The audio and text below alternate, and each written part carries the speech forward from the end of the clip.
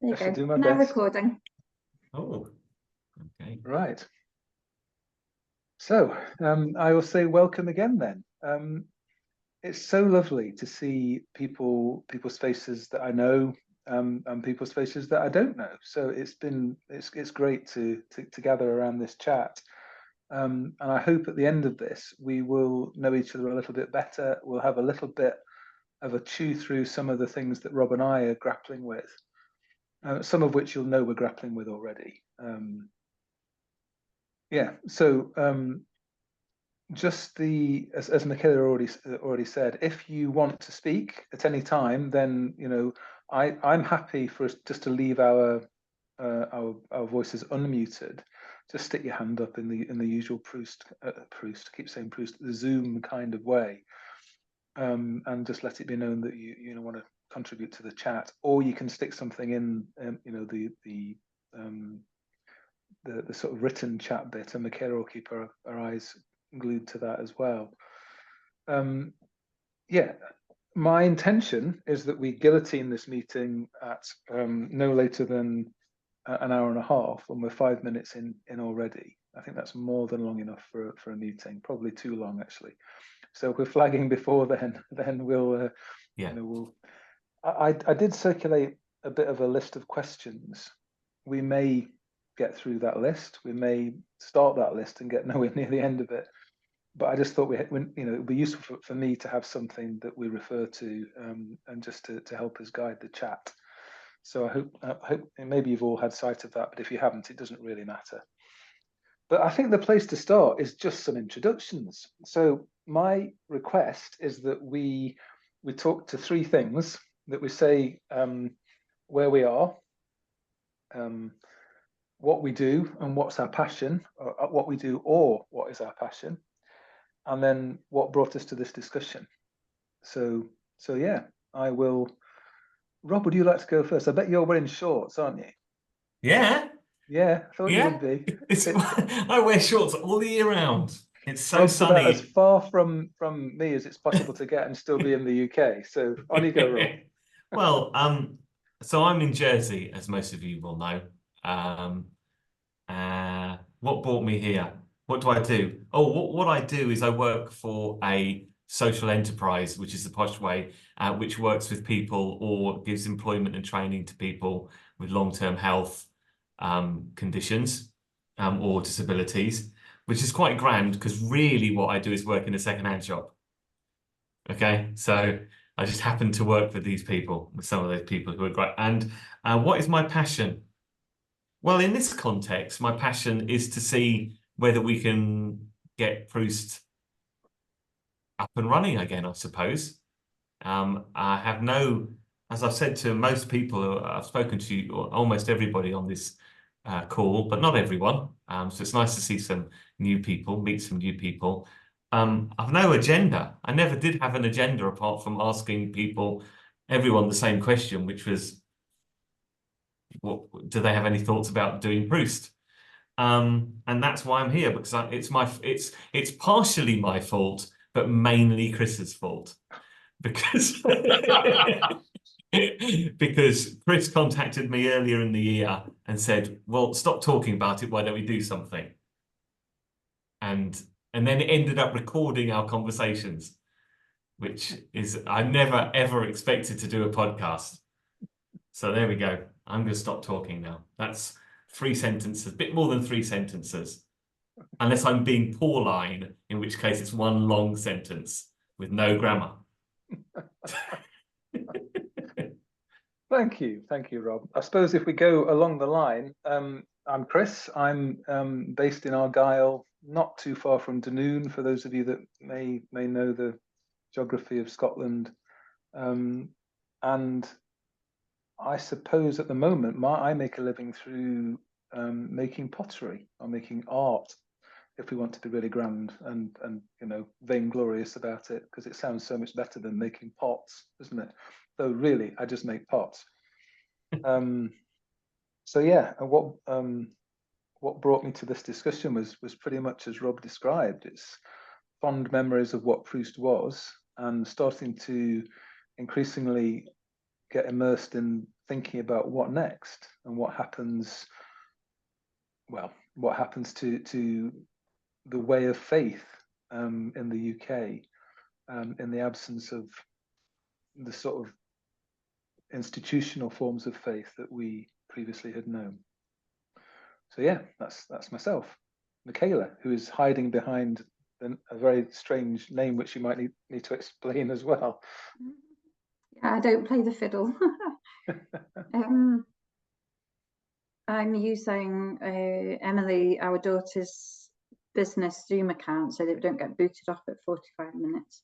And her and Will, our son, have a business called Mac Teller, teaching Scottish trad music, and so that's why we're using that. I'm here to take minutes and do Zoom hosting stuff, but also I live in the same house as Chris, and so I'm in the room next door. Also do pottery for a living. Thank you. We're very grateful for you doing this very important role, because as anyone who's listened to any of the podcasts knows, me and Chris have absolutely no idea how it works.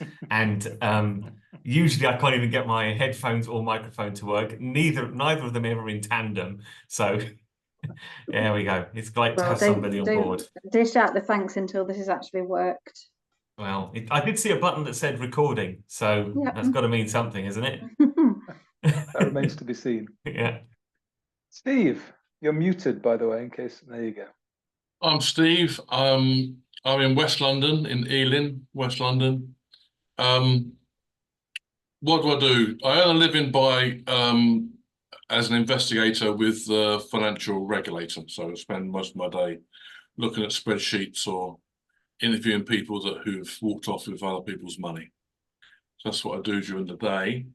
My passion is creative writing, whether that's poetry, which is mostly what I do, or I've come across the term fast fiction, or so I'm trying my hand at writing a bit more other than poetry. But it was my boss at work who criticised about 20 years ago, said I need to go on a writing course because my report writing wasn't up to scratch compared to the lawyers I worked with.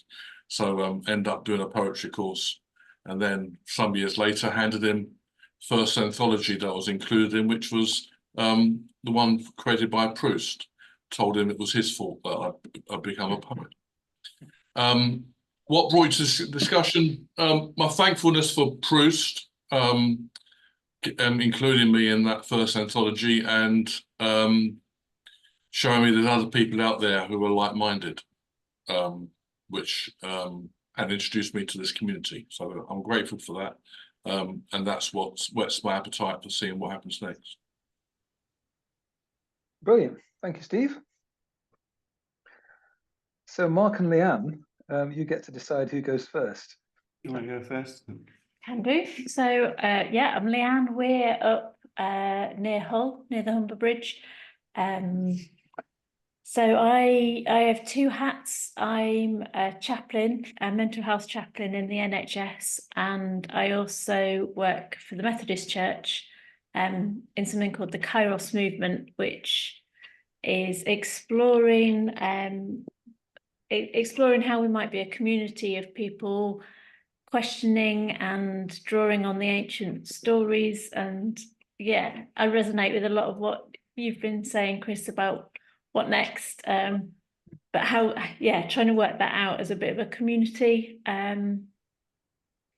Yeah, and that's what brings me here, really. I think I tapped into Chris's blog and have appreciated some of that conversation. We've used things from Proost in the past, and I do think the future is in the arts and in activism and in story, really. So yeah, your turn. So Mark, and my day job is a photographer. So that covers sort of historically, that's been my career from being 17, so quite a long time now. So that covers sort of everything from food to people, sort of educational establishments like medical school and university and things like that. And I work for a couple of human rights charities, Amos Trust, you may have come across. So that's my day job. I'm currently sort of looking at the third act of my career, I suppose, at the moment, and looking at doing some sort of mentoring. I've got this sort of idea at the moment to sort of try and mentor young storytellers in photography and sort of develop a community in that as well. So I'm just sort of in the process of trying to work that out and work out how I can do that as a part-time job, really, and cut down on my commercial work. So, and I was introduced to Proost through Leanne, really, because Leanne used it as a resource network on projects that we've done together when we wanted to sort of do things a bit more creatively in services or gatherings. Yeah, services isn't really what we do, is it? But yeah, so that's us, really. Yeah. Brilliant, thank you. Frankie. Hi, so I'm Frankie. I live in Renfrewshire, which is about 20 minutes west of Glasgow. I've lived here for 23 years, originally from Bedford. What do? So I just started a new job with the NHS Education for Scotland in the spiritual care team. So developing as an educator in spiritual care. So I started that on Monday, so that's very exciting. But I also work part-time for doing the community development work for my local church here as well. But it's very much about reaching out to anybody in the community to support them in whichever way I can with bereavement, mental health, dementia and isolation. So what brought me here was through that role, actually. I did some work with Chris and Michaela. We ran some creative bereavement workshops, poetry and clay, and they were fabulous, really, really supported people. So then got to know Chris and Michaela a bit more, and I had never heard of Proost at all until I listened to your podcast last week. So I'm still trying to get my head around what it is, who they are, what they are. But Chris thought I might quite enjoy coming along for a chat tonight. So that's what's brought me here. So it's nice to be here. Thank you. That's fantastic. Thank you, Frankie. That's really, yeah. Deb. Sorry, it took me ages to find that unmute button for some reason. So I live in a little village near Milton Keynes, so not far from Bedford, which is a coincidence. And I am a writer and artist. The way I make my money is that I rent out a flat. So far, most of the things I make haven't made that much money, but I still manage to get along and be very busy all the time. So I also do some workshops, primarily writing because that's my background. But I'm also looking to do more creative workshops. I've just started painting recently. And I also run quiet garden movement sessions in our local quiet garden nearby. So I'm now affiliated with them as well as a host. I don't have my own space, but I can use other spaces. So I'd like to do more of that. And how did I hear about this? So I had a few short readings just digitally published with Proost, I think towards the end of its natural life, perhaps. So and they were just up there for free. So I can't quite remember how I heard about it, but I'm guessing it's through Greenbelt or through somebody I met at Greenbelt or something like that. Di Smith? Yeah, I do know. I've worked quite a lot with Si, but that's been more recent. So I'm still not certain how it came about because it was quite a long time ago. But anyway, but yes, I definitely worked with Si for a long time. So yeah, and then Rob just got in touch to ask if anybody was interested. So I said yes. So that's me. Thank you very much. Alison, you're muted.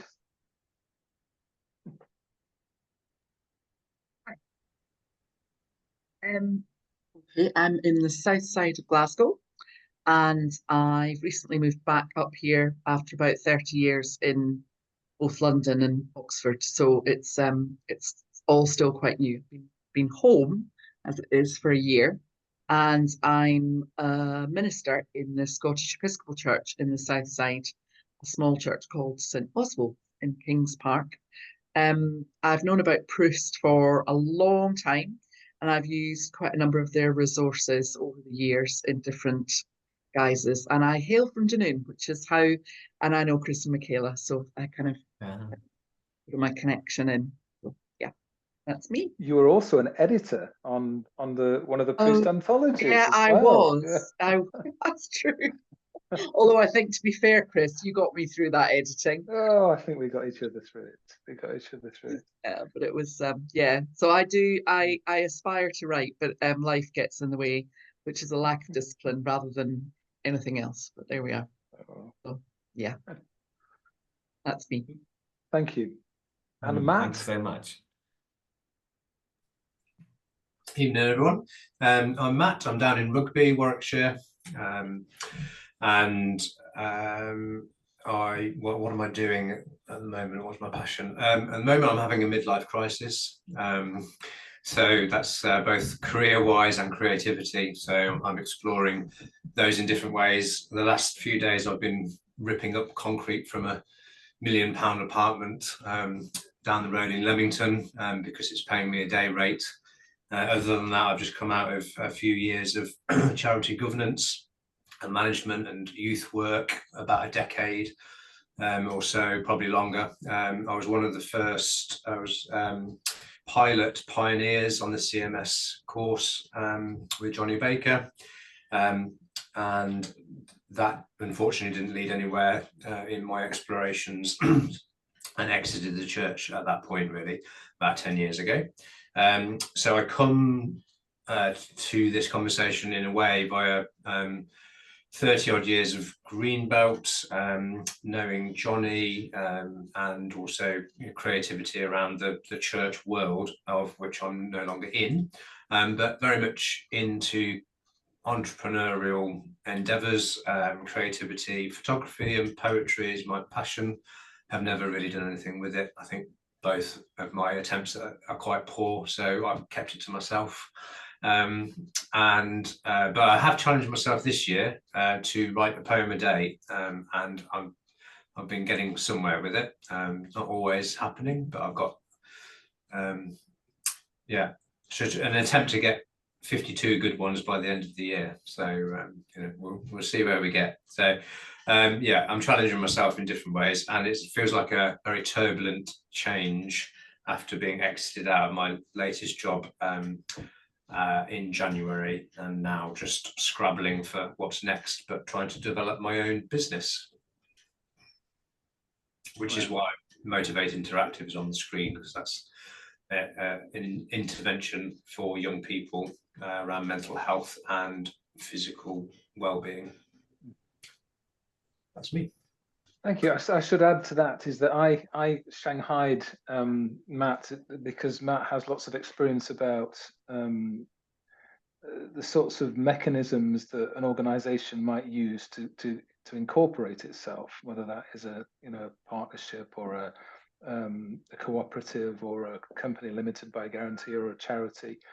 And we kind of think that at some point we'll have to grapple some of that. So it's really amazing to know people that know stuff about that, because I don't really. Chris. Fabulous. Oh, Michaela's got a hand up. Sorry, Chris. Just sorry, before Chris does that, where did you send the agenda, Chris? Because if I'm going to take notes, I need it, and I can't find it.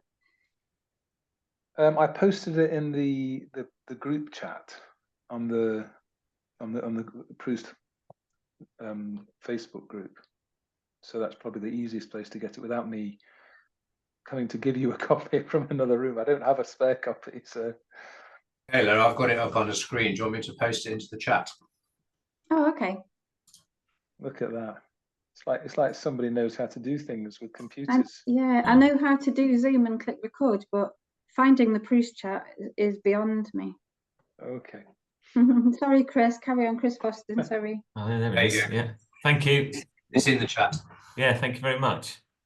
I think my fear, whenever you try and do two things, have that screen on, and then try and do something in the side, is that you're going to either display something that you shouldn't do, or everything turns off and then you've lost it forever. So yeah. You know, the Sorry. answer, Hello. the answer to that is having two screens. Oh, yes. Yeah, fair enough. Fair enough. Sorry, Chris Foston. Hi everyone. I'm another Chris. I am in, I guess, so I'm in a place called Green Street Green, which is sort of on the very border of Kent and southeast London at the moment. Although in the next 2 or 3 months we'll be moving to Dorset. So yeah, so the south anyway, the far south. What I do at the moment, I work for a medical trade union that may or may not currently be in multiple disputes with the government. I look after a couple of groups of doctors, committees, working out their policy, liaising with other people, and writing reports and minutes. So I'm quite glad someone else is taking minutes today.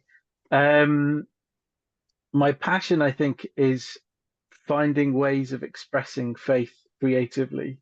I'm still involved in a church, in fact, an elder of a United Reformed Church up here at the moment. Although for a very long time, 15, maybe 20 years, I've been on the edge of church, really. And I've always been the one trying to do something slightly different, which has felt like a lonely path sometimes. So yeah. I come to this discussion, I think, having been a long time user of Proost. I think starting when they first published those labyrinth kits back in the day, and then turning pretty regularly to whatever resources I could get my hands on that weren't the regular stuff I would find in churches. But then later on, I got involved in the poetry collections. I was an editor for the second one, having been published in the first, and I have my own collection of poems published shortly after that. And I've been in fairly regular contact with Chris and Michaela, and I've spoken to Rob. So that's where I'm coming from. I'm here as an enthusiastic, creative, and supporter, I think. Thank you, Chris. Thank you. Brilliant. Yeah. Well, that inevitably took a while, but I think it is important because we kind of need to know one another a bit, don't we? One of the first things that Rob and I were talking about as to how we did this, and I think he's partially right in saying, let's do it on a podcast. Let's make it out there. It was because what we're trying to do is to build a network of people who are interested in what we're trying to do, who get what we're trying to do. To some, obviously we're all busy with multiple other things. We're prepared to, at some point, be involved in the process. So I suppose the corporate parlance would be building community, wouldn't it, around what we're trying to achieve? Not that we really know fully what we're trying to achieve. So all of these things are being worked out probably in real time. But our hope is that through these kinds of discussions, through some of the chats that we're trying to target through the podcast, that we start to kind of build a clearer idea of what this is all about and what we're going from. But one of the podcasts that we had was with Johnny Baker, who's already been mentioned, which was very much a retrospective, looking backwards. So it might be just useful to spend a little bit of time, if anybody wants to, just reflecting a little bit on those memories. I mean, Ali mentioned the labyrinth kit, which many of us, that was our first kind of, that was Rob and I's entry into Proost as well. Yeah. But I suppose one of the things that we're asking about what Proost was, and I know some of you maybe have no idea because you maybe weren't around and didn't use it, but what of that can we preserve and should we preserve? What about that is something that you guys would want to see us carry forward? Can I kick off? Go for it, Steve. Yeah. So So I was fortunate enough to bump into Johnny in the early 2000s through his local church, St Mary's. So I'd, in a few years before that, I was part of a church plant with the vineyard, and the plant closed quite soon after it started, which left us in a new house with 2 young kids wondering what on earth we were doing. And we church hopped for a while and found that Johnny Baker, he was introduced to us, I can't remember how, but they had a once a month service called Grace, which was on a Saturday night, which was just tried different ways of expressing worship. And I was never an Anglican by orientation, so it was all a bit new to me. But what I really appreciate from that community was a willingness to use creativity and to accept new ideas on how to express worship. And that's what attracted me to that gathering. And then it was Johnny who approached me and said, I understand you write poetry. And my first thought was, who told you that? Because it was a very private thing for me. But he persuaded me to submit some poems, which was included in that first collection. And what came out of that was, for me, just opening my eyes to there was a lot of people who thought like me, but spread all over the country, who and that was part of a new journey for me of just opening my eyes to not just a local church, but to a broader community of creative thinkers. And then you said the agenda, what we'd like to preserve. I think what attracts me most is the community. I am plugged into a local church. I love the local church. I think for me, it's an essential part of how I worship, how I seek to serve God. And they are a creative bunch, and they are very receptive to new ideas. But I recognise there's a lot more than just a local church out there. So what we'd like to preserve is that sense of community and sense of being willing to be creative about how we express our love for God and express worship. Thanks, Brilliant, Steve. Steve. Thank Yeah. you. Anyone else got any thoughts on that? Michaela? Yeah, I've not had any anything directly from Proost apart from the labyrinth, using the, being part of a group that used the labyrinth kit. But I just remember the joy of the first things that were published, that you had published through Proost, Chris, and seeing the books and seeing it hard, the hard copy of those things. And I think it would be great if we could find a way to keep doing that for people that I don't have that way otherwise of getting things published. Maybe just if you can link people into a wider community, so it's not just sending things to editor after editor, but rather an encouraging and supportive community, then I think that would be a great thing. Mm-hmm. Yeah. Leanne? Just for me, having somewhere to go for resources, because quite often it's good to create stuff together, but sometimes you need a catalyst, and just knowing you've got somewhere, particularly with people coming from on the same sort of page. So creating a set of resources, I think, I really valued.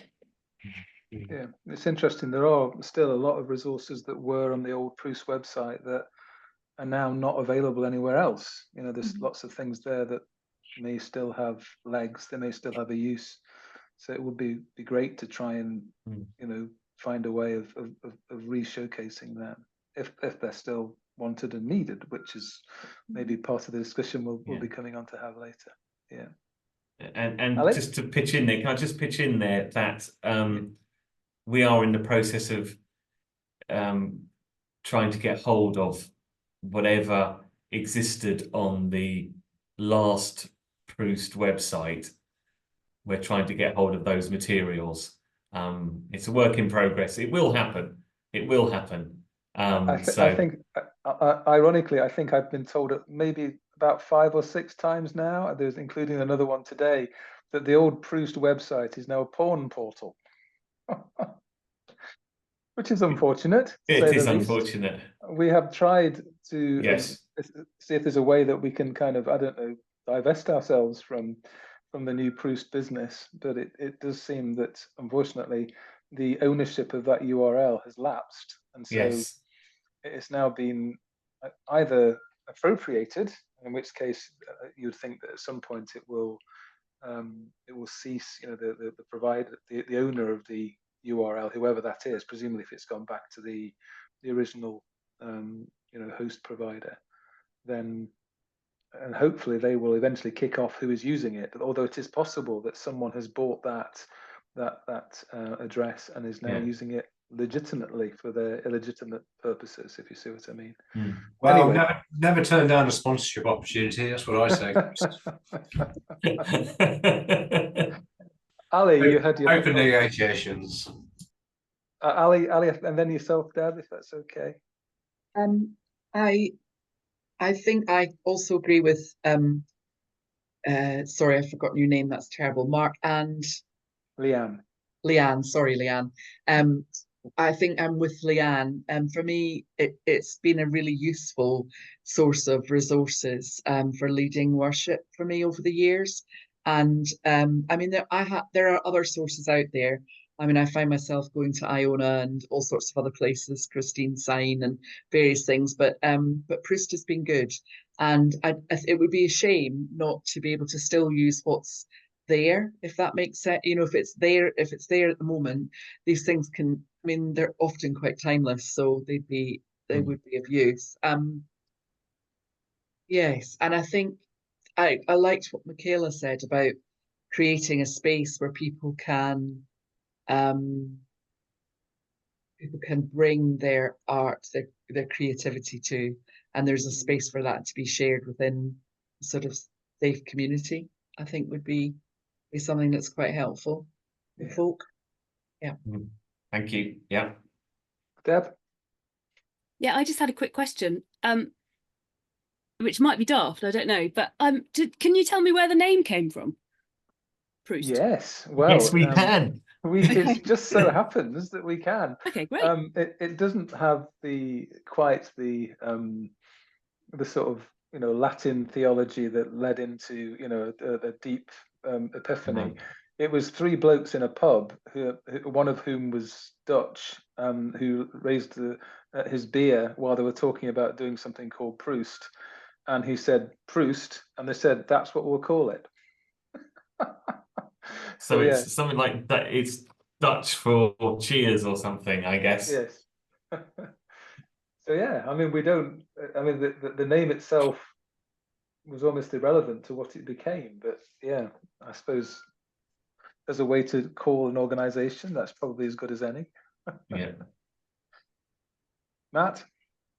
Yeah, one thing when I encountered Proost for the first time as a youth worker, I felt it was edgy and speaking a language that no one else was, which is why I started using the resources and bringing it into worship or any available situation I could. And I felt it was gritty and had substance and made people think differently. So I think they're quite important things to keep hold of. We've just talked about the name. I quite like the name and the branding of it. I think it always sort of looked cool. It stood out from the other stuff that's rolled out by big companies.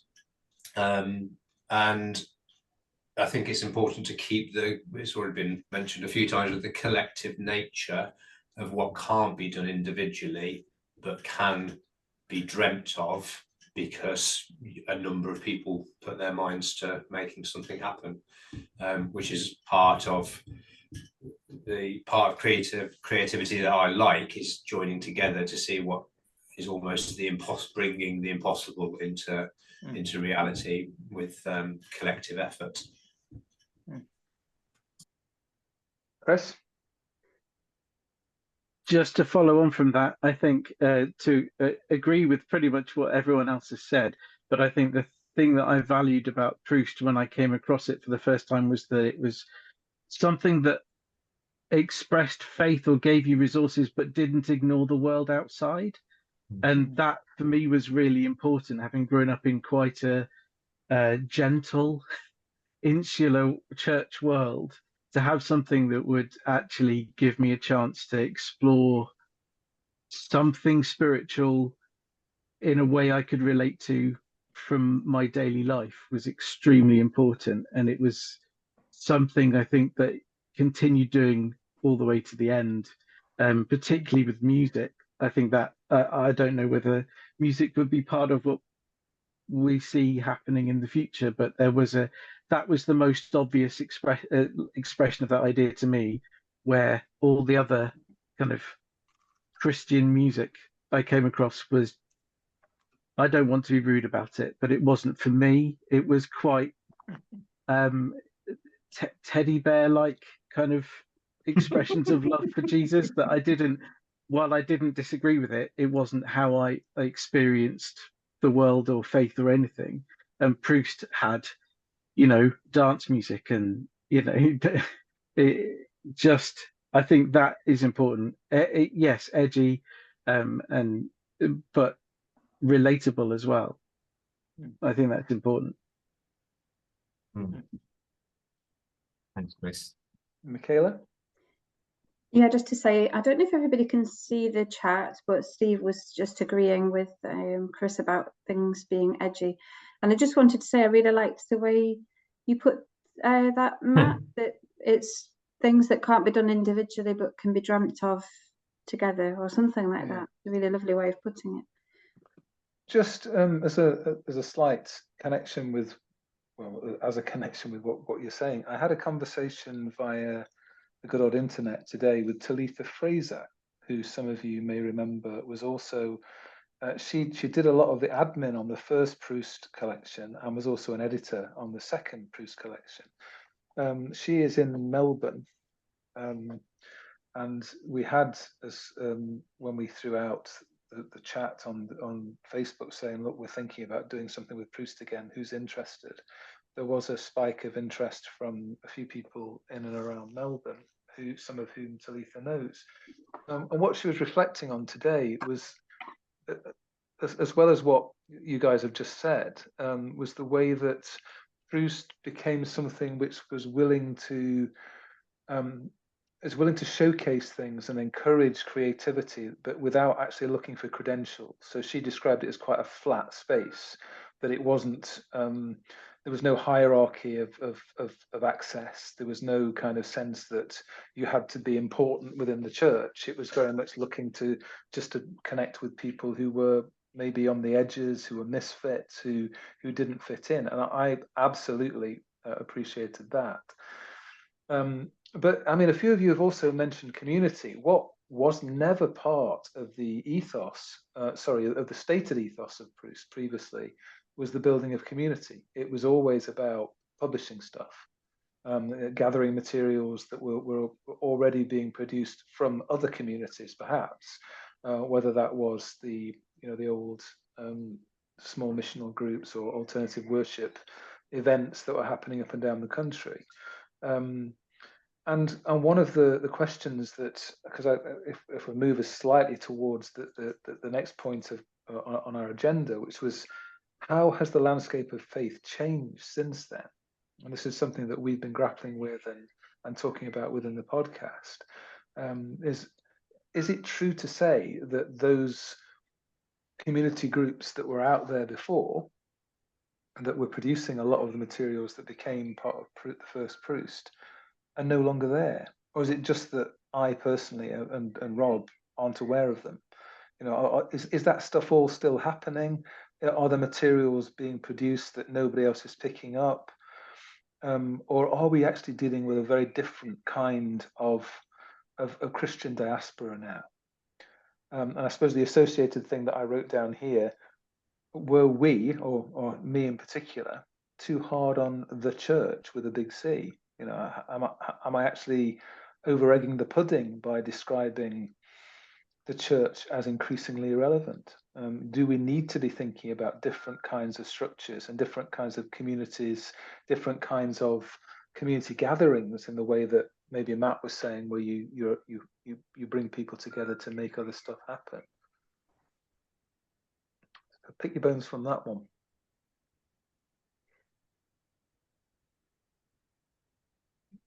Go on, Leanne. Yeah, I think just our personal experience here is we are quite often youngsters if we turn up at something churchy.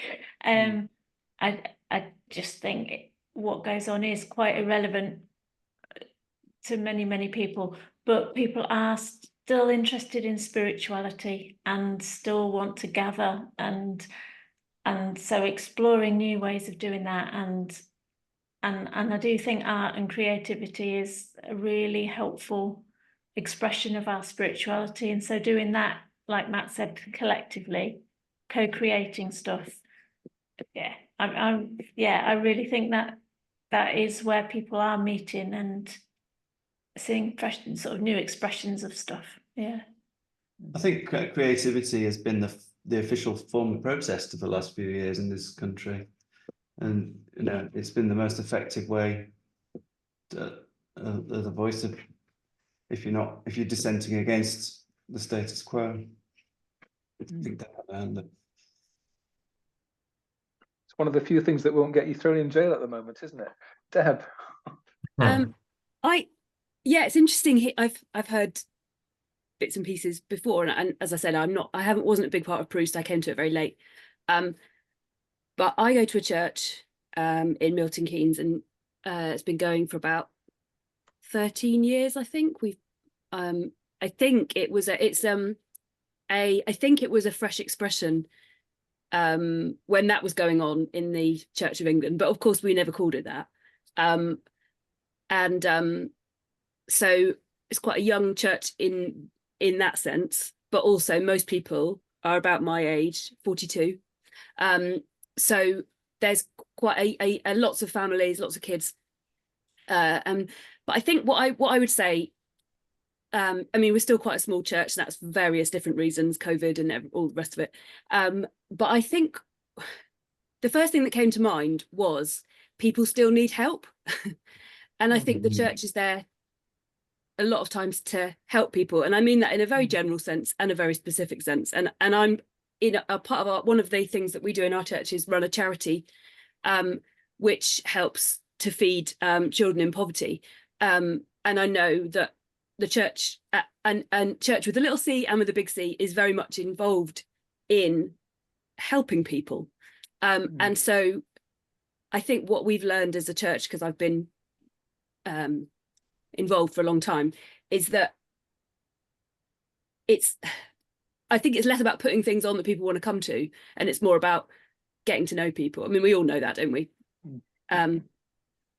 Yeah, I don't know. I from where I'm standing, the church isn't in decline, but then I'm not sure where I'm standing. So yeah, I don't know. I also am very involved in the Field, which is a used to be called a youth camp. Now it's called a holiday for 18 to 30 down in Devon at Lee Abbey. And I've been involved with that all my life. And so there's always been somewhere for me to share my work. There's always been somewhere for me to be creative. So I haven't come from like a background of not having anyone to talk to about what I'm interested in. I mean, of course, we all feel like that sometimes, it's not, we all have those moments. The artist temperament. Yeah, well, yeah, I think it's part of the journey. But I think I sort of haven't had that experience in the same way. I did used to go to an Anglican church with mostly older people who I absolutely loved, and I did have things to learn from. So yeah, I don't know. I think it depends. If we're saying if the church is irrelevant, it depends which church, doesn't it? And I don't know. I just think it depends on your experience, and I think it's really, yeah, I don't know. I guess it depends on, yeah, as I say, on your experience. And I've definitely had terrible ones. So not to say that I haven't, I definitely have when I've been in different places. But yeah, I don't know if that's helpful. Actually, I find that really helpful. It reminds me of something somebody said to me something I heard at an event many years ago, which was that the church with a big C had ceded a lot of ground that it used to hold, so that it only became a religious organization. Whereas historically, it did healthcare, it did education, it did social work. That's what it actually did, and that was the way it, I don't know, worshipped, I suppose. I'm not really sure if that's the right word. And the church, over the course of, I don't know, the last century or more, ceded that ground to government, if you like, to the wider community, and has forever and a day then struggled to claim it back, or failed to claim it back, or not interested in claiming it back. But like you say, there are examples, and clearly where you are, Deb, is slightly perhaps more outward looking, and that's can only be a good thing, can't it? Can only be a good thing. Yeah, and I wonder if seeing people at their point of need is how you stay relevant. Like, if you, as you say, if that used to be the case, didn't it? With the priories and the monasteries would help people, and they were instrumental in their community, in their small community, but also all over the country.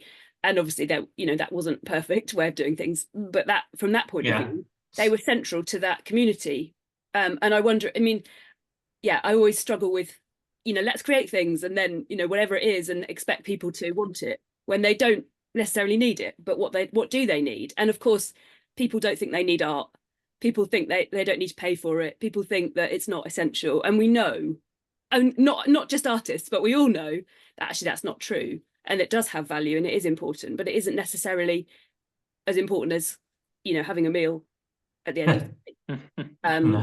So that's a struggle I face as an art. Probably most of us artists feel the same. What am I doing that's actually going to make any difference? Is it worth it? I don't even make any money to give away to charity. But then I think that it kind of all it should all come together. All those things should come together. While you're sharing a meal, you can share what you've made, or whether that is the meal. That's a creative act. Anyway, I'm rambling, so I'll stop. But no, not at all, Deb.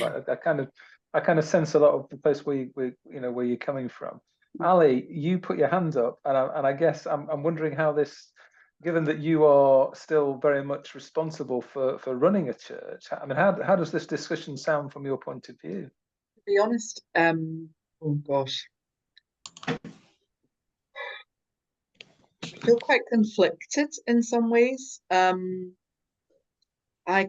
So my previous job for 8 years is in a benefice of 3 churches, which when I worked, there was myself as an associate priest and then a rector. When I left, was growing. All 3 churches were growing, and with mixed ages and new housing in the community. I absolutely 100% relate to Deb's comment about meeting people at their point of need. And I think that actually, Rob, for me, I have seen that happening over and over and over and over again in churches. In a bit. Sorry to interrupt you, Ali. Yeah. Matt's had to switch because he's switched to his phone because he's got to go and pick his daughter up. And I'm just trying to get your attention, Matt. Can you mute yourself? Because for some reason, it won't let me do it. There we go. Done. Sorry, Ali. Otherwise, we're going to hear Matt's radio over your chat. That's fine. So Matt's listening in, but is just driving to fetch his daughter. So I do Carry on, Ali. Sorry. I do think the church hasn't quite ceded all of the ground. And I think since the cost of living crisis, actually the church has stepped up to the plate in a lot of places. And I also wonder what we mean by church. And I know that we talk about big C, church with a big C, and church with a little c, but I do wonder what we mean by church. And I've moved from that gently growing benefice of 3 churches to a really tiny church in Glasgow. And I sometimes wonder whether I'm there to help it to, actually, I'm not going to say that because this is going online. So I'm just I wonder what our future is together.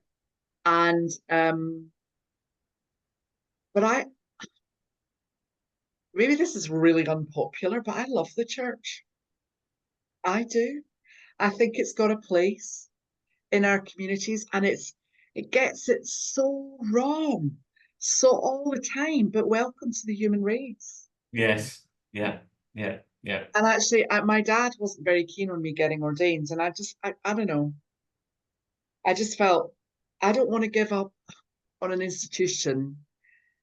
I mean, some of it really annoys me, and some of it I really love. And I,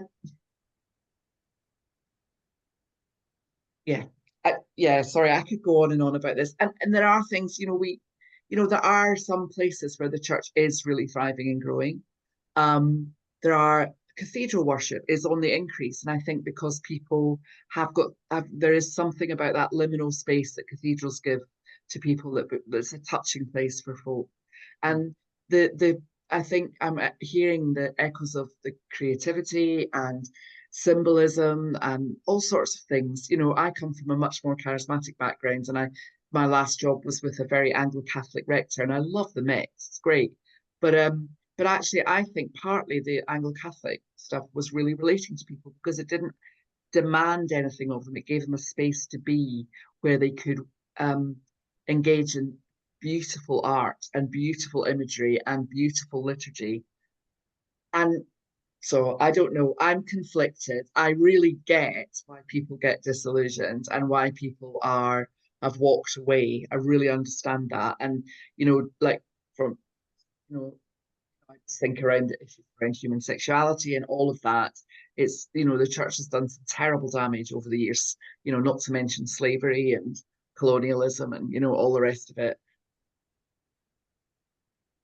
We're trying. Is all I'll say. That's beautifully put, great. Ali. Beautifully put. Yeah. Steve, you've had your hand up? Yeah, I just want to echo a lot of what Ali said, because there's the church, the institution, which we can all criticise and see where it's gone wrong. But church as a community, I'm speaking to someone who's born and bred London, where I've always found a church community. Yes, I've been bruised at times. Yes, I've been disappointed, but I've always found community. And I'm part of a growing church, one that values creativity, but also one that focuses outward. And whether that's refugees or prison ministry or soup kitchen, there's so many open doors for the church to serve the community around it. So rather than see Proost as a way of helping us worship in a sort of looking inward, I think for me, having something that's relevant to today's society, that Proost can help contribute to and encourage creativity in the church so that it can show its relevance to the outside world, I think that's a labour that's worth putting energy into. So yeah, I love the church. I see it with warts and all, but I'm fortunate to have come across communities where I feel like I'm at home. I had a big change in my personal circumstances recently, and my family in Southeast London said, "Oh, so you're coming back to us?" And I'm like, no. I have my community in West London, and there's good reason for me to stay in West London because I'm part of the family and that a lot of that is church. So yeah, I'm a banner waving church member, but I love the fact that there's still a need to connect across boundaries, across borders. So last year I just went to a Christian Creatives Conference up in Derbyshire, and the number of people who talked to about their playmaking or their music writing, whatever, who just haven't found a home in the church and are amazed that there's churches out there that do encourage creativity. But for them, they were reaching out to try to find like-minded people. I'm in a church where I'm surrounded by like-minded people, but I count myself very fortunate in that respect. Michaela? Yeah, I'm just thinking, when we were involved with Proost as it was because we needed that kind of edgy new language stuff that was outside of what we'd previously recognised, but kind of spoke to where we were at. And now we're not involved in church anymore, which we've not actually said to those that don't know us. I think we imagined that Proost was going to connect with people that were also outside of church, but still seeking a way to express their faith and connect with others, maybe. But I'm kind of recognising as the conversation unfolds, I think you used the words connecting across boundaries, Steve, and I'm wondering if that actually will be something that Proost does. So there may be different sections of resources, and some of them are for church leaders that are looking for something new, and some of them are for people that are outside of church but want some rhythm in their life and, you know, some way to access their spirituality. Like, it can do both, and it doesn't have to try and do one thing that meets both groups of people, but it could actually do both. I've done a really stupid thing and not plugged my laptop in, so I'm just going to go and get my charger. I mean, Rob's phrase when we were talking Don't anybody about... say anything really exciting, because it won't be minuted. I'm not going to say anything exciting, you know me, Michaela. Rob's phrase when I think we did that podcast, we were reflecting on the chat with Katie Cross, who is doing the research looking at church leaving and what happens to people, how they adventure into faith beyond the bounds of the institution. And I think I guess my natural affinity was, well, yeah, somehow I'm one of those people. I mean, we're Iona community members, but we're not attending regular church worship anymore. There's a long story for that, a long community making interval in the middle of it. But I think Rob's kind of way of putting that is that we're not talking about, or it feels like, and this confirmed by this conversation, it feels like a both and discussion, doesn't it? Not a one or the other. You know, we're not talking about trying to ignore those magnificent people that are still working within church. But in my mind, I still feel that we also need to be mindful of the fact that certainly research of the sort that Katie Cross is doing, and that what's his name, the guy that did the other, his name always slips out of my head when I try and we get to this point. Steve Ainsthorpe. Steve Aisthorpe. That's right. Who said that? Was that was Leanne? Right. Well done. Yeah. So I mean, what that research seems to be showing is that there is a large and growing diaspora of people who used to go to church and don't anymore. And a lot of those people, it would seem to me, are still actively living out a way of faith. Now, that's not necessarily connected to anything, or it might be connected to all sorts of things, like, you know, book clubs or you know, online events or all sorts of things. So there is that other question, which has been constantly at the back of my mind, is if that is a growing number, and I think Steve Aisthorpe's question is that if there's a lot of people in that context, probably even more people that are attending the Church of Scotland, which was his research base at the time, then how are they not the body of Christ? How are they not the people who somehow the church needs to be finding a way of serving? Now I have no axe in the game anymore. I'm not trying to save church. I'm not trying to defend church. I'm just trying to kind of find meaning, and increasingly that's through art, that's through friendship, that's through community. But in the past, that has definitely been through Proost and through resources and those sorts of things as well. So I kind of think that both and thing is still, what do you think, Rob? Still very much in the core of where we're coming from, really. Well, I suppose in my heart, I'd say I never thought it would be anything but a both and. I think I always look for a both and in everything, because I think life's taught me that it's never quite black and white. So you have to be, most things are both and this conversation has in many ways only, see, when I first came across Proost, I don't think I was a part of a church, and that's probably why, almost certainly why I came across it. But over the years, it became the resources that were available, or I was able to come across through Proost, were both useful in a church environment or group environment, shall I say, and for me individually on my own. And I think for me that would be was always, I suppose, my hope. Well, I never thought of anything other than that, if that makes sense. Matt's like he's in a swimming pool. Is she blowing bubbles? Oh, there you go. Bless him.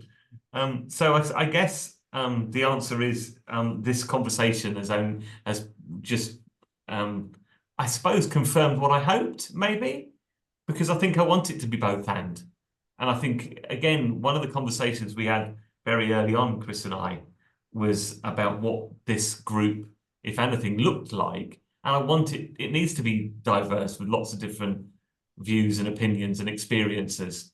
Otherwise, it'll just dry up, won't it? If everyone just sits around and agreeing with each other entirely and actually can speak for each other because they know what everyone else is going to think, then that will become very dull very quickly, won't it? Mm-hmm. And I wouldn't have thought that was a place for people to be creative. Not really. So there you go. I think Michaela and Deb had their hands up. I think, Michaela, you were first. Oh, no, it was just to say, I'm not sure, Chris, if you're seeing what's in the chat, but Mark put in a quote, don't ask what the world needs, ask what makes you come alive and go and do it. Because what the world needs is people who have come alive. And Steve said, if we use language in Proost that's relevant outside the church, then it will be kept relevant to those inside as well. I don't know if those of you that are inside church can maybe, well, Steve's inside church, so I guess he knows. I think that's, sorry. And Mark and Leanne, just give us a wave when you need to go so we can say goodbye properly. You've got to go in a few. Sorry, Deb, and then Ali. Yeah, I'm interested because we're spending time talking about people inside and people outside of the church, and I'm just interested in talking about the institution, and I'm just interested kind of what we mean by that. I guess what you mean by that is people going on a Sunday to a congregation or a community, but because for me a community, I would call that a church. Like Greenbelt I would call a church. You know what, I'm just interested in that, in sort of what people are. I mean, I realise there are people who do never want to be near a Christian community again, and that's obviously outside, but I'm just interested in how we're defining our terms, really. Ali, do you want to have a go at answering that? That's interesting because, oh, sorry, Chris. Let Ali speak first, Michaela. Michaela, it's fine. No, it's okay, Michaela, on you go. I was just going to say, Deb, I would always say that I am now outside the church, but actually we're associate member of Iona community, but I wouldn't count that as church. I don't know. That's really interesting, Michaela, because I probably would. So I just think there's something around our definitions. I worked at Tear Fund for 8 years. Tear Fund is not a church, but for at least 2 or 3 of the years that I was in Tear Fund were the years that I struggled most with church and didn't really go very much. And Tear Fund became my church. And it's a charity. And that's because of the relationships that I made there. It's because of the community of people that were there. So I really relate to what you're saying, Deb, because for me, it's about people. Yes, there's all the baggage that comes with the institution. I really that. And I don't really know what to do with that. And I find it endlessly frustrating. But at the same time, not sure what I'm trying to say. I'm not sure I know what I think really, but anyway. Chris, you had your hand up. I did, yeah. So part of me, the cynical mischievous part of me wants to say this is sort of irrelevant because the definition of church or an institution changes from person to person. And I think one of the most upsetting moments of the lockdown for me was hearing the Archbishop of Canterbury going in public and saying, we need to have people in a church on a Sunday morning because that is the work of the church. And I had spent 2 months building a podcast version of a silly little service I did for 6 people once a month, to release on the internet to reach the people that wanted to hear it. We had spent however many months delivering meals to people and checking in on people, and suddenly it was reduced to 45 minutes to an hour and a half on a Sunday morning in definition. And I don't think for a second that represents what everybody in the Church of England thinks. I don't necessarily believe that it is what Justin Welby believes, but I think one phrasing on one day can change the entire meaning of what a church is in the minds of thousands of people. And yeah, so there is a bit of me that sort of thinks that this maybe we shouldn't think about the church. And I think the phrase that keeps singing out in my head was, I can't remember who said it, but meeting people at their point of need feels to me like the core, not just of church, but of this. And everything we've said just keeps circling back to that in my to me. Mm-hmm. Thank you, Chris. Sorry, me again. I wanted to agree with what the quotation that Mark put in, and I think there's always that wanting to meet people at their point of need, but also saying what's important to you. So what your passion is, what you want to write about, because creativity, like, we know what happens when you try and push an agenda into creativity. It just makes it absolute shit. So it becomes propaganda. Yeah, and so obviously we don't want, nobody wants, or at least people shouldn't want that, in my opinion. But equally, any human story is a human story, whether that's a story, literal story or a song or a poem or whatever. And so that is going to meet people. And we all know, don't we, the mental health crisis that's going on. Probably most of us have had problems with mental health or something similar, or grief, or not hopefully, but I think all humans can connect with that. And I wonder if that's the point, or one of the points of need that Proost can address. And it doesn't have to be, I don't mean like writing out a prescription, but poetry, music, art, visual art, that, I think people need that, however much they don't realize it. And I think that's what we've all talked about. And I wonder if, and the need of people perhaps who feel they're outside of the church, or whether they're in the church and they feel lonely, or whether they're in the church and they just want more, then perhaps that's what can be offered. I don't know if that makes sense. Yeah, I think that sounds really good, because it means we can just stop talking about it all and just say, look, here are some resources, and whoever wants them can use them, and we don't have to define it as. Yeah. I think I would agree with I think in my mind there's a slight but, which is to do with trauma and to do with people who feel themselves firmly outside church, to do with a generation or 2 generations of people who just don't see the church as a safe place to make spiritual adventures anymore. So I think all of what you're saying I agree with, and all of what you're saying I've been part of in the past and been very grateful for. But I'm also seeing this other as well, through lots of people that I've met, through people that come and talk to me about poetry and burst into tears, but there's no part of that allows them to think that the church will be a place that they could go to with that. Now that might just be the old discussions that we've had for years about making church more accessible, more available to people, more kind of whatever. But I don't think it's just that. I think there are some other issues that are at work in society which are very difficult to define, to do with the way that people understand the nature of spirituality now, to do with something to do with individualism, something to do with pluralism, something to do with tradition and conservatism and all that kind of stuff as well, and the way that people engage with those ideas and issues. But, you know, that's not to say that I think we've still come back to Rob's original point of both and. So, Michaela, you have your Yeah, hand I'm up. just thinking, do you think that all needs to be defined before Proost can start gathering materials, or is that, No. are those things, can those things be explored as Proost materials? Yeah. There's the I question. think I'd go back a step further. I'd go back a step and just when Chris asked the question, what would you like to preserve?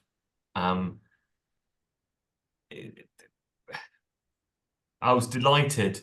Maybe was I surprised? I don't know. Maybe it's just naturally these things came out. But the things I wrote down was, and I had a sense of a safe place to be creative. And from that, I would add on, are there people who could mentor people to be better at what they do? Is that an okay thing to say? I'm not a overtly creative person, so I would say, is it okay to say that you know, to make the best of what talent you have? Is that okay? And to be shown how to do things maybe better? Is that, I think, then somebody, so that was a safe place to be creative. There was a sense of which Proost was a publishing house. So actually giving people a place to publish their work in again, safe, with much less judgment, or without needing a publishing house or an editor to actually sign it off or prove it or whatever. That actually, that's what we're here for. We want to give people an outlet for their creativity. That's probably what I'm trying to say, isn't it? There was a sense in which publishing, I wrote down new liturgies. I don't know if the person who said that really meant liturgy, but it was like resource for community worship, if you want to put it that way. I don't, but you can obviously use liturgy in private anyway.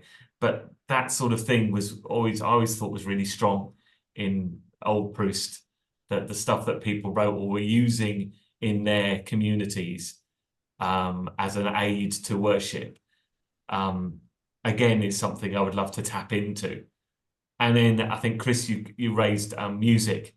Chris Foster raised music as a big deal to you when you first came across it. That and I think we haven't really mentioned music much. It's very much a sort of, but I think having a place for music in this would be great. So, Michaela, I think you said, do we have to define this? I think that would be I think that'd be a disaster, because I would suggest that we'd spend 6 months deciding what the definition is, never being happy with it, and never creating anything. So I would be saddened if we got stuck on that. I think we just want to do the things which we originally. I think it's really helpful having this conversation, because what it does do is brings in different voices and different views. But actually, we wanted Proost to be a creative community, didn't we, Chris? That's sort of how it started. So let's not. May I suggest humbly that let's not be too definitive about what that looks like. Frankie, you had your hand up just then. Yeah, so I've just been listening, because I had no idea what Proost was, so I'm just gaining a bit of an idea of that. Yeah, well, don't look up the old website. Whatever. Yeah. Anyway, and I'm hearing all of the discussions about, you know, is church still relevant? Is it not? And I think, you know, it is for some, and depending on what the church is, and it all means something different to everybody, I think. But I think what I wrote down in terms of, right, so this is very personal to me, what I would appreciate from something somewhere is a space, a creative space for growth. And I don't even think for me that means having something tangible that I've created. That might be, you know, an experience of being in nature and just being able to tap into what's in my core which is where I believe that God sits and I can hear him, and that's where, or him, they, whoever, but that's where, you know, to get back in touch with that essence of what I believe God is. Somebody said something about not demanding anything of you, and that really resonated. And just a thought that I have is, can any community never demand anything of you? Which brings me back to that safe place that you were talking about, Chris. So, you know, is there somewhere we can have a place where is really safe to be held while we explore whatever we need to explore in creative ways? I certainly think since COVID, what I've noticed is that people are much more I found that whole period was where people were really starting to question what things were all about, what life was about, what I was about, what and I saw, and maybe it was the work I was involved in at the time, but I really saw people tap into that creativity. People were writing poems and, you know, going for walks in nature and reflecting on that. This is just notes that are coming out of my head here, so I hope that's all right. And something that is, and I think this comes back to the not demanding of anyone, and that might be where I am in my life at the moment as well, is that sense of gentleness. Actually, and I always go back to that, you know, that one of the phrases in the Bible that always comes back to me is, you know, he will not break a bruised reed. And I just, sorry, I get quite emotional about that, but just that, you know, I just wonder, is there any way we can create that safe space where no matter how bruised we are, we'll not be broken, but actually can find a place where we can be supported gently, whether that's in or outside of a church. Who knows? It could be in church for some people, and it could be outside, and it could be both. And wow, yeah. Well, my answer to that is yes. Yes. Yeah. I suppose one of the I'm just looking at the time and thinking we should maybe move towards some kind of final summary of some of the discussions that we've got to. My instinct is that there's this constant pull between the spirituality as an individual journey of self-actualization, but then there's this other thing about how you collectivize that and what happens when those individual journeys come together, because you know, individuality is probably both the strength of our age but also the Achilles heel of our age. And it's we kind of feel like that church was previously one of the main ways that people kind of collectivized. Maybe it's still football, maybe it's still sometimes church, but increasingly people are scattered, and so coming together seems to be a really important part of that. So I'm just looking down our list. I think we've done 1. I think we've done 2. I think we've done quite a bit of 3. We haven't done much of 4. So we haven't got very far down our list, but I found that discussion really, really helpful. I'm just wondering whether it would be useful just for pulling together, you know, towards the last 5 minutes in us saying a little bit about where we're thinking about going now. Do we know that yet, Rob? I'm not sure we do. But just a few threads that were the things that were out there. So you may have seen bits of this on, or heard bits of this on the podcast. But what a new Proost would look like is very much to do with what, you know, the collective that gathers around the idea of a new Proost think that we collectively need. And so that's what these discussions are about. We had this rough idea of kind of like different hubs. So, you know, whether one was music, one was writing, one was, you know, art, visual art, one was film, and just allowing community to gather around each of those hubs, and allowing creative people to come together to kind of mentor, support, encourage, look to gather resources that could be made available to other people. That was some of the thinking. But I would add another bit to that, which is something that I've written about on my blog and talked about on the podcast, is that I have this feeling as well that it will still be helpful to bring together some of that creative diversity within one place. So to have, you know, events that allow us to kind of explore some of these ideas, to showcase them. I think I even have this grandiose title of Circus of the Spirit, which I feel a little bit kind of uncomfortable with. So I don't think we'll call it that, or maybe we should. I don't know. So, but that was the idea. What's it in Latin?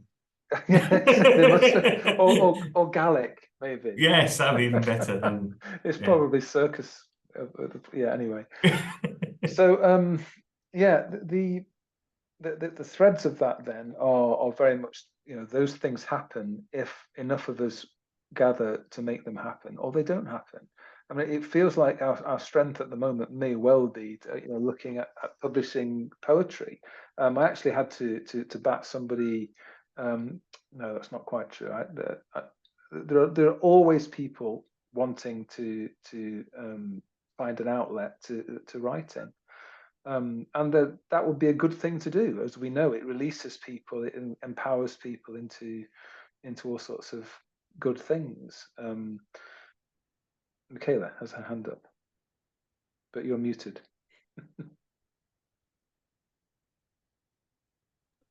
We've also got artists and photographers present in the group, as well as the poets. Oh yeah, I know. I wasn't meaning that. I was just in terms of the sort of discussions that we'd had. Yeah, but I think, you know, Rob's wisdom from our discussion yesterday we're in no hurry to do something for the sake of doing it. I think we need to take a considered jump into whatever we do next, rather than just doing something for the sake of it. And there's a yeah, unless suddenly we feel this overwhelming collective idea, let's do 1, 2, 3, in which case we do 1, 2, 3. Anything else to add, anyone, in the last few minutes of our chat? Rob? Well, first of all, I would like to express my immense gratitude for you all to joining in. I think that's my biggest takeaway. I've quite apart from it, everything else, quite apart from anything else, my experience over the last few months of doing the podcast and speaking to people whom I've never met and just listening. Was it Deb? Did you say about people's story? Or somebody said, no, Frankie, you did it. Also, anyway, whoever. Story is the most powerful thing we have, I think. It goes way beyond traditional teaching. And I'm sure most of us used to get really bored when we were preached at.